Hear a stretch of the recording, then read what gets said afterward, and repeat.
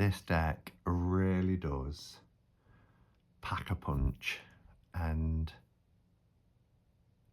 I just find myself strangely drawn, which I didn't think would happen.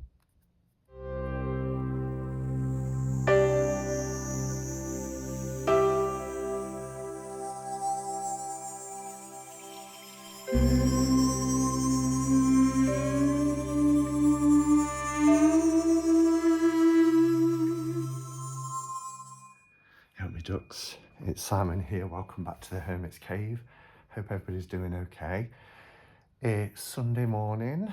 I've been up for hours. I keep waking up about 4:30 in the morning and struggling to get back. So this morning was no exception. So I got up, had a shower, had a coffee, got back into bed for a bit and caught up on YouTube. And then I thought I'd get up. It was so dark. I mean, it's nearly 9 o'clock now. And when I woke up this morning, I couldn't see out the windows. And then as the light started to come, the fog has started to dissipate. And now, you know, I'm starting to make out buildings, but not in the distance. But it's a very dark, wintry January morning, and I quite like it. I don't like the dark half of the year as much as I like spring and summer, although I do love autumn. But I do struggle with winter in the main, particularly January and February. But it feels quite cozy this morning, and a perfect opportunity to come on and talk to you about this deck that I'm bringing into my collection as a bit of an experiment, for want of a better phrase, because this deck isn't a new deck. Well, it's about a year, I think. It's the Unifying Consciousness Tarot by Lori Lytle, illustrated by Leo Scopacasa. Lori Lytle, Leo Scopacasa. I hope I'm saying those names right. And Cheryl has this in at Oneness Emporium and has had it quite a while, but it came into Oneness Emporium when Cheryl and I was on a bit of a break from doing spotlights, because she was you know, dealing with medical issues with Bobby. And Schiffer, as you will have seen over the last couple of days with, yesterday I showed the Oracle of the Radiant Sun, which I'm loving. The card of the day is Generosity. And I also did a review a couple of days ago of the Starman Tarot Remastered. You know, they sent the catalogue and said, pick some decks that you'd want to review.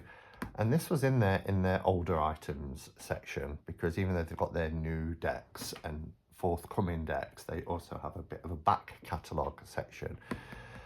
And this deck in particular really piqued my interest because I've seen a number of walkthroughs. In fact, there's not a lot of walkthroughs online, but the ones I have seen, I've watched. And I'm intrigued by the art style and the vibrant colours, and particularly some of the Pip Minor Arcana cards. And it's one of those decks where I just think to myself, is this a deck that I would connect with? Because depending on my mood, when I've watched walkthroughs, I thought, oh, I really like it. And other times I thought, I'm not sure. So I think I'll title this video, like, does this deck belong in my collection? Only time will tell. But I'm certainly intrigued to give it a go, and I'm in a fortunate position where it's been sent, so you know, nothing lost really. It is a different kind of tarot deck. It's very contemporary. The format is that there's 79 cards. There is an additional card. I think it's called Activation or something like that. Yeah, so it says that it's based on the traditional Rider Waite Smith model. That may be the case, but there are several, how can I say, unique elements to it, unique twists with the symbolism and certainly the interpretation. I do find that a lot of tarot creators now feel that they have to say whether they're aligned with RWS or at Marseille or Thoth, etc.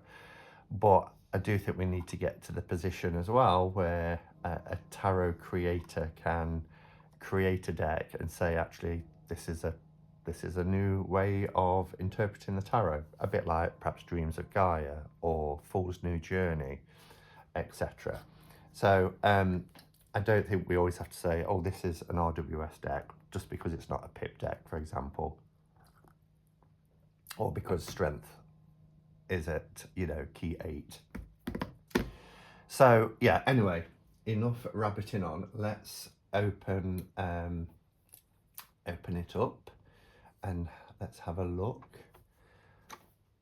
So I do love this box. The box design is really cool. As you'll see here, we've got this nice compact box, and it's in like a presentation box with a magnetic closure here. Really nice on all sides. So as you can see, it's REDFeather, the Unifying Consciousness Tarot, Lori Lytle and Leo Scopacasa. And then, I mean, you get a glimpse of what the artwork is like here. The Unifying Consciousness Tarot offers a gateway for new and experienced tarot readers to tap into sources of infinite wisdom, compassion, and love. Again, most decks feel that they have to put that it's for new and experienced tarot readers. And I get why, that's marketing. We want it to go to a wider audience as possible. And actually, even though I might look at some of these images and think, oh, this is more for advanced readers, who am I to say? Because, if this artwork appeals to somebody that's in a shop browsing tarot decks, they see these and this is their gateway into tarot, then, more power to them. That's great. Lots of people came into tarot through very different routes than just the straight up Rider Waite Smith or a Marseille deck. Based on the traditional Waite Smith structure, this stunning deck features 56 fully illustrated minor arcana and 23 majors, including the added Major Arcana activation. It is activation. With suit imagery augmented by sacred geometric shapes and court cards expressed as soul, spirit, heart, and mind. So we don't have the usual page, knight, queen, king. It's the whole mind, body, spirit, and soul element, isn't it? And the way they're ranking that is the soul, the spirit, the heart, so the body, and the mind. This deck boldly builds on traditional tarot structure with new layers of luminous meaning. Yeah, so at its core, it's an RWS, I guess, in terms of the tarot structure and honouring the tradition of the RWS, but they have added here that it builds on that with new layers. So yeah, so let's have a look. Beautiful box, as I mentioned. Look at this. We've got this beautiful blue rose. And Lori Lytle wrote a book. I can't remember what it was called now. I think if I have a quick look, it was a book I almost picked up once. So Lori Lytle. Talisman Tarot, yeah, the Talisman's Tarot. And again, this all-seeing eye, I think, is quite important because it is a talisman. I've got one behind me. And yeah, I see the kind of link there. And on her front of her book, she also has this It's almost like a charm bracelet with lots of different talismans on it, and one is the all-seeing eye. So yeah, Talismans Tarot was a book that she did. So we do have this little compact book. In fact, now let's bring the camera down. Okay, we'll look at the cards in a minute. So let's put that to one side. So we've got this little book. It's very chunky. So let's see what we get. May you be guided by the unifying consciousness of love. Deepest thanks to Matthew and Joseph. So a little endorsement there, little acknowledgement. So the contents: meet. So meet the Unifying Consciousness Tarot, the anatomy of the Unifying Consciousness Tarot, Major Arcana and Minor Arcana. And then we've got these sections here that break it down: suits and their elements, the numbers, courts, how to use the activation, wands, cups, swords, pentacles. So we're sticking with traditional RWS suits. And I say RWS suits because, you know, prior to that with Marseille decks, you wouldn't have pentacles, you would have had coins. Wands were, you know, batons. Then you've got at the back, how to read tarot, setting the scene, invocations, forming the question, choosing a tarot spread. There's a lot of information in here. This deck is a creation between a spiritual artist and a practical mystic. Leo Scopacasa is the founder of Orbital Arts Gallery, and I'm Lori Lytle, also known as Inner Goddess Tarot. So that shows, that talks about how they got together and collaborated for the deck. There's quite a lot of information in there. And then a little bit about the anatomy of this deck. You're about to meet a cosmic crew of otherworldly and divine beings, animals, humans, and free-form entities, all living in a universe based on the Waite Smith tarot structure. All the cards are fully illustrated, and the deck is suitable for tarot beginners as well as seasoned readers. I do want to have a quick look at the activation card. I guess that will be towards the end, won't it? So we've got a Major Arcana, lots of info, lots of writing. So here for your card, we've got Magician, you've got your write-up, you've got your interpretation, and then you've got a blessing from the Magician, a blessing from the Emperor, etc. Is that the same with the minors? A little bit less information for the minors. I do love these pip cards. Let's see where the activation card is. Must be here. No. Let's go back to the beginning and have a look. Excuse me. How to use the activation is 87. So I went past it. So 87. Okay. Is just this little bit here? Or is that talking about an activation in each one? Here we go. This is what I've been looking for. So card 22, the end of the Major Arcana. The blue rose. So the blue rose is what we see all the way through the packaging and design. So let's see what it says. This intrigues me. The blue rose appears when you've gone beyond the known world. This blossom doesn't exist in nature, only in the realm of spirit and imagination. It symbolizes the attainment of the impossible, the existence of the improbable, and lets you know that anything that you can envision is now possible for you. Wow. So crossing beyond the physical realm, through the world, and then into the infinite and where everything is possible.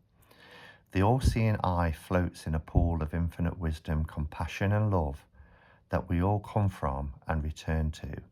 It remembers everything, activates your soul memory, and shows you the way forward. The unifying consciousness of love sees you, and Source welcomes you back home. Oh, that's powerful. The blue rose is the dodecahedron, the shape of the universe, the element of ether or spirit, confirming that harmony underlines all things. It's a state to which we can all aspire and achieve. And then we get the interpretation here, and then the blessing again from activation. I love that we get not only the interpretation, but also we get the write-up about the card itself and what we're seeing.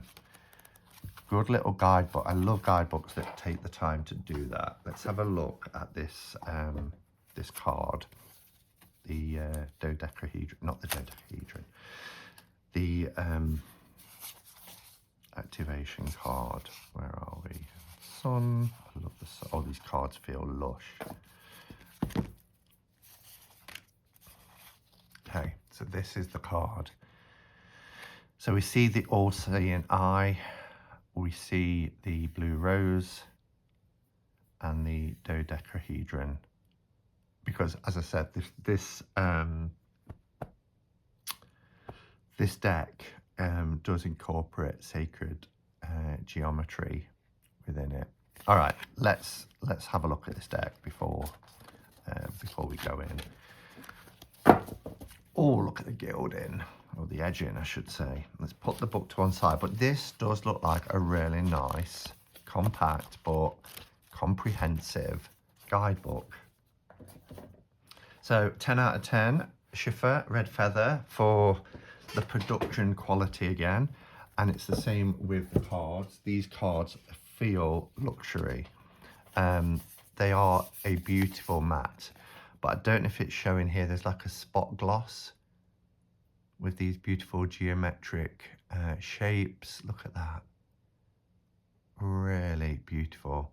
And we've got the blue rose, but within the all-seeing eye shape here. Beautiful backs, beautiful cards, and really nice thick cardstock. Well, not ultra thick, you know, the standard. I believe it's a full tarot size. It is.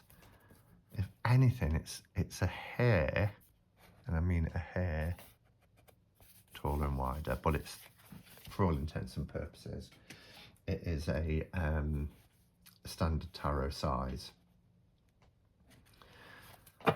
This is the edging, which is this lovely blue, which complements the theme of the blue rose and the all-seeing eye. But okay, let's have a look here at, and I'll talk as I'm showing the images. But look at that. So we've got the white rose that we see in the full card, in a traditional full card. We've got this this animal here, a dog. Then we've got the red feather from the and not the name of the publisher, but the red feather. And Schiffer REDFeather takes their red feather from the red feathers that appear in the full card and the sun card, etc. So we have the symbolism here. We've got these beautiful wings as well.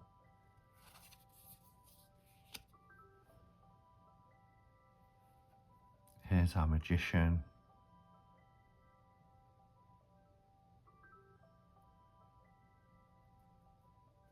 And as I said, the cards feature sacred geometry, cosmic vision.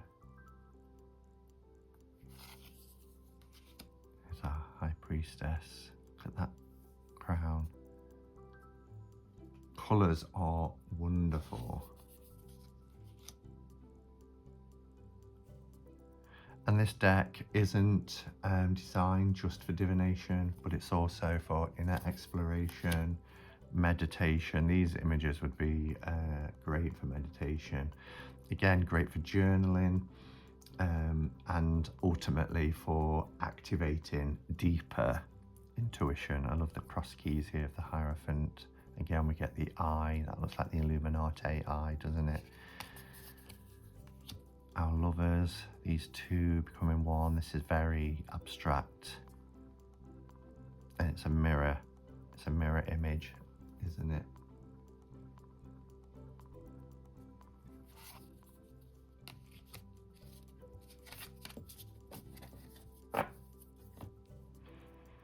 And you'll have to tell me, I mean, the deck's theme really is centered on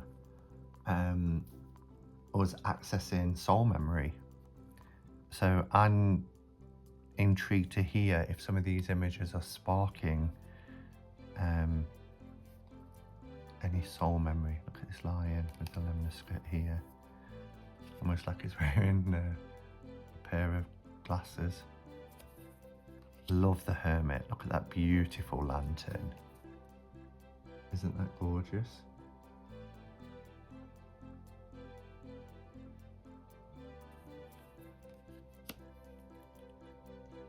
Again, we have a mirror image here. Very symmetrical.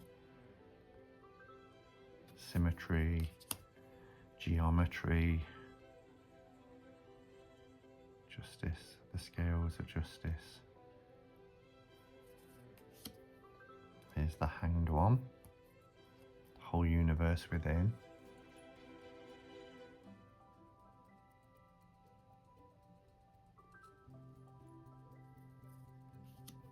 Here's death, look at this.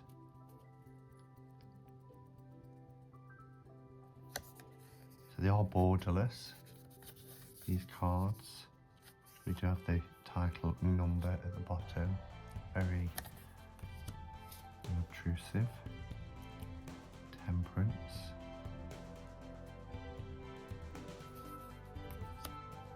Now, what an interesting devil. Look at those chains.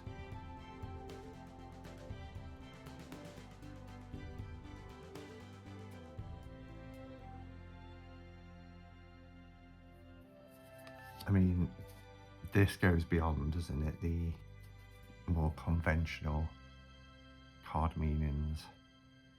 The tower, the lightning all the way through it. Trying to work out what that was. That looks like someone falling, but falling from the sky towards the tower. In fact, let's have a quick read in the book, see if it does break down all the symbolism. You maneuver around your own life's chessboard, certain that you understand your role and the rules of play. When the tower appears, the game changes suddenly and unpredictably. Just when you're about,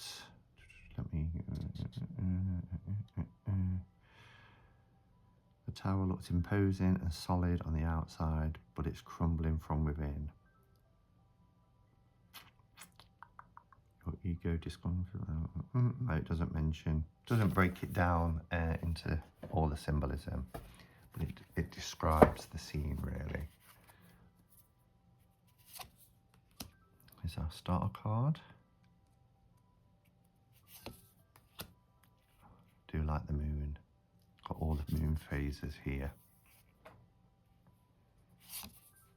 The sun is one of my favourites. I do love this sun energy. I mean, it's vibrant and bursting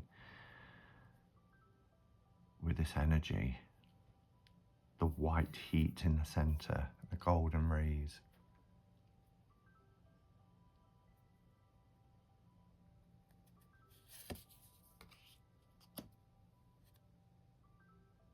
Judgment at the cosmic egg.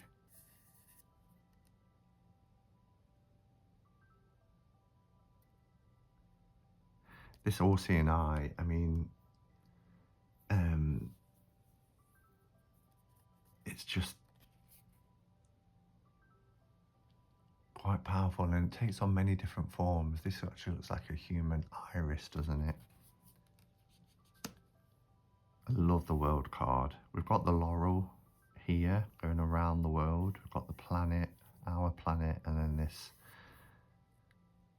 soul soaring from the physical realm. Got the lemniscate here representing the infinity of beyond the wings. Gorgeous. and then the activation card, which we've already focused on.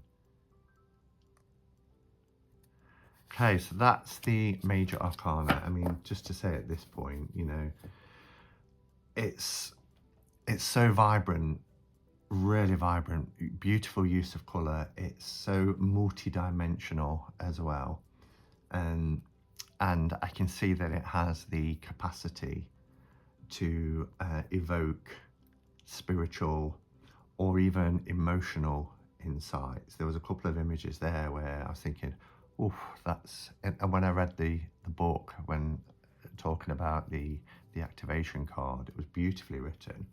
So I do think, you know, it packs a punch, and this goes well beyond, in my opinion, literal or predictive readings. So we'll go into our minors now. Here's our wands. Look at those colours, the purples and the oranges. And the minors really speak to me from what I've seen. This is the first time, obviously, I'm holding the deck in my hand, but from what I've seen online, these minor cards are beautiful. I mean, look at that for the Four of Wands. Isn't that gorgeous?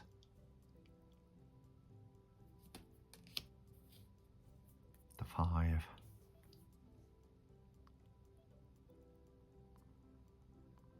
I don't get any sort of conflict or disruption there. But then, you know, this is unifying consciousness, isn't it? So why would we?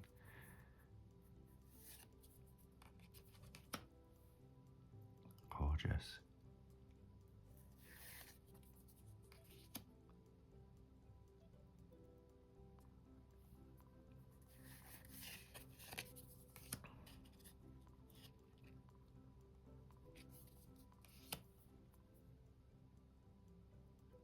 Wow. And this, I would have said before today, because it does give a real sense of the abstract, a little bit collagey in parts, although not collagey as in, I'm talking about more digital collage rather than, you know, cutting pictures out of magazines or manuscripts, etc. I would have said that it's not really my vibe, but there is something about this deck that is speaking to me. And I think that's its purpose, its intention. So as I mentioned, the courts, here, instead of the usual page, knight, queen, king, they're reimagined to soul, spirit. I love this horse's face. I mean, oh.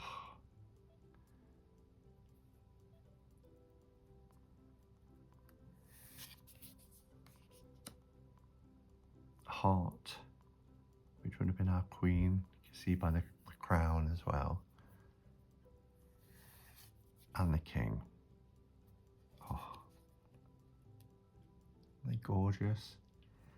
And I think this reimagining is to deepen our introspection,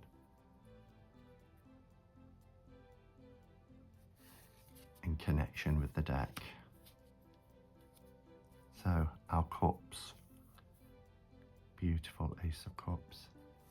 Look at the use of colour. I mean, isn't it just gorgeous? The Two.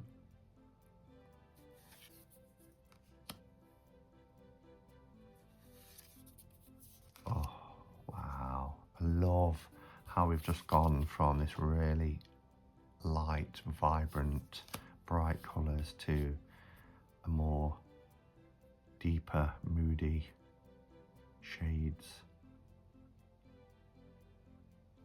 And look at these rings.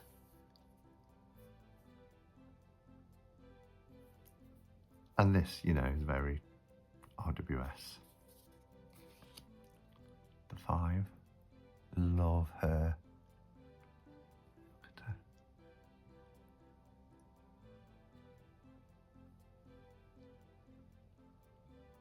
This deck really does pack-a-punch, and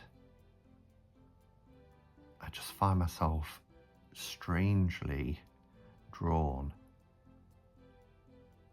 which I didn't think would happen.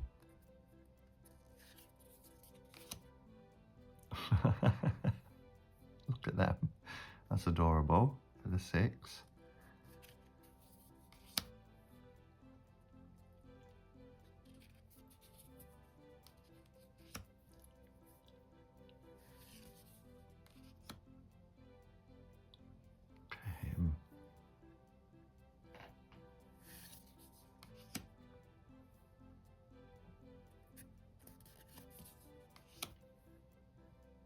Our soul, spirit. Oh, we have a seahorse with wings, of course. So there's our watery quartz.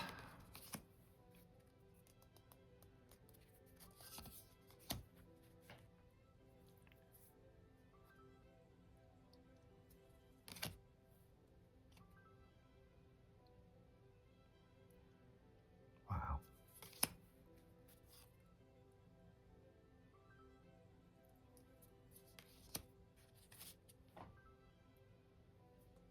So vibrant.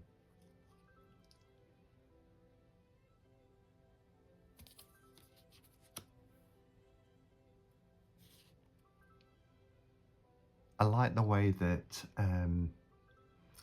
each suit integrates really well the geometric symbolism linked with the elemental energies. You know, we've just seen the one suit with that real fire energy, and the watery energies as well with the cups.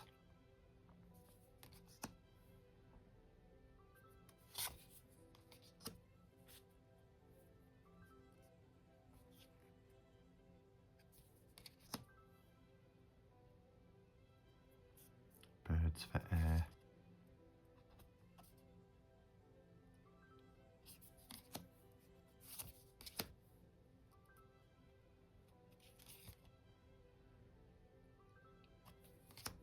Our final suit, our earth suit, the pentacles. Look at that. I mean, look at that landscape. This is so beautiful.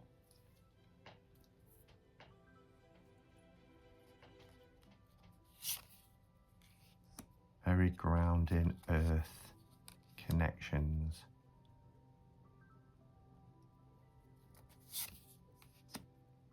Oh,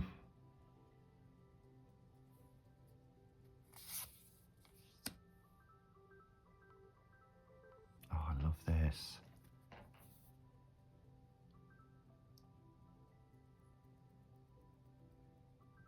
Look at her outstretched hand.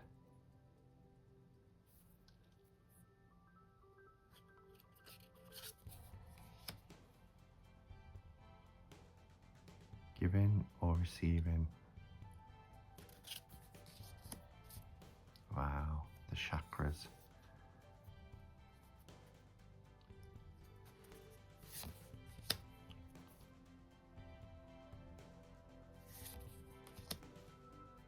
That's gorgeous.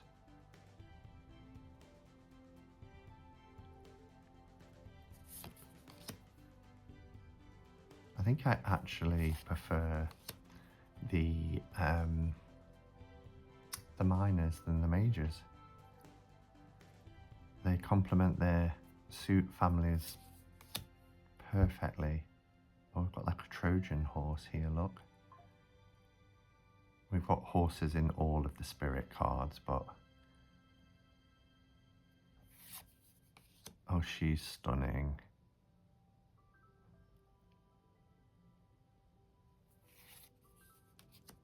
As is the king, a beautiful purple.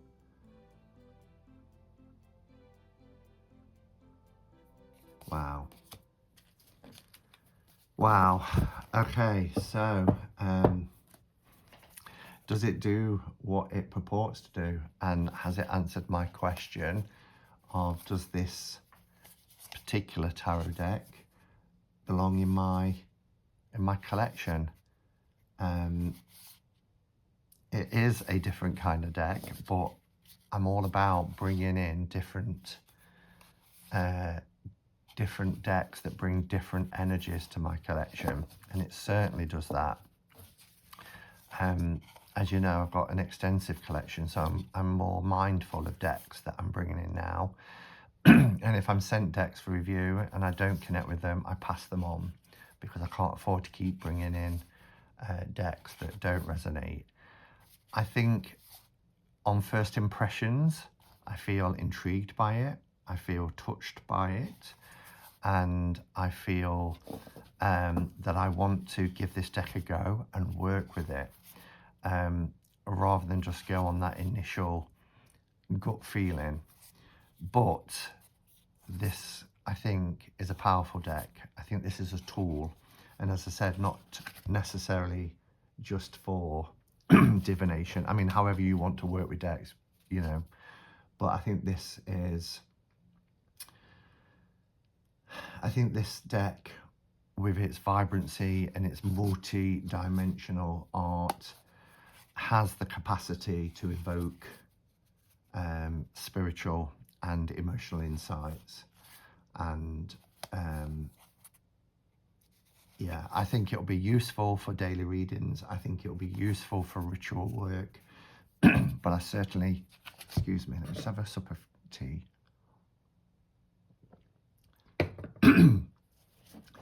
But it's certainly a deck that it would be brilliant for meditation, and it's an inspirational tool. So yeah, I love it. I'm really, first impressions is I like it. The production quality is just what I want in a tarot deck. Matte cards, beautiful matte edging, soft. Gosh, what a vibrant deck. So yeah, so that's my my take on this deck. If you have it, how have you found working with it? This is the first time you've seen it, because as I mentioned, I don't think it's getting the love it deserves. I don't see many people talking about this deck, and I wanted to change that a bit. So, you know, but yeah, let me know with your comments below. And also, just a reminder that if you're in the UK, you can get this from Oneness Emporium. Cheryl does have some of these in stock, so that just helps with you know, shipping and everything like that. And it's on at a really reasonable price, so do check out Oneness Emporium if you are tempted, like me, to get this deck and give it a go. All right, thanks for watching, everyone, and until next time, go in peace. Namaste and blessed be.